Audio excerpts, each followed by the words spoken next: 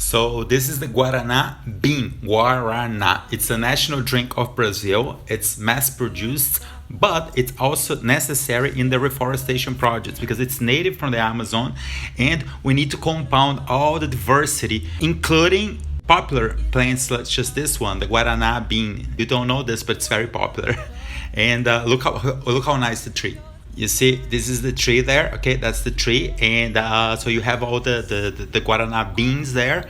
But this is in the forest, because the versions we plant are the wild versions. So we put them back, and we compound the entire ecosystem with endangered species, popular species, but all of them combined. So that's how we reforestate the Amazon, and you can be part of it as well. Okay, you're welcome.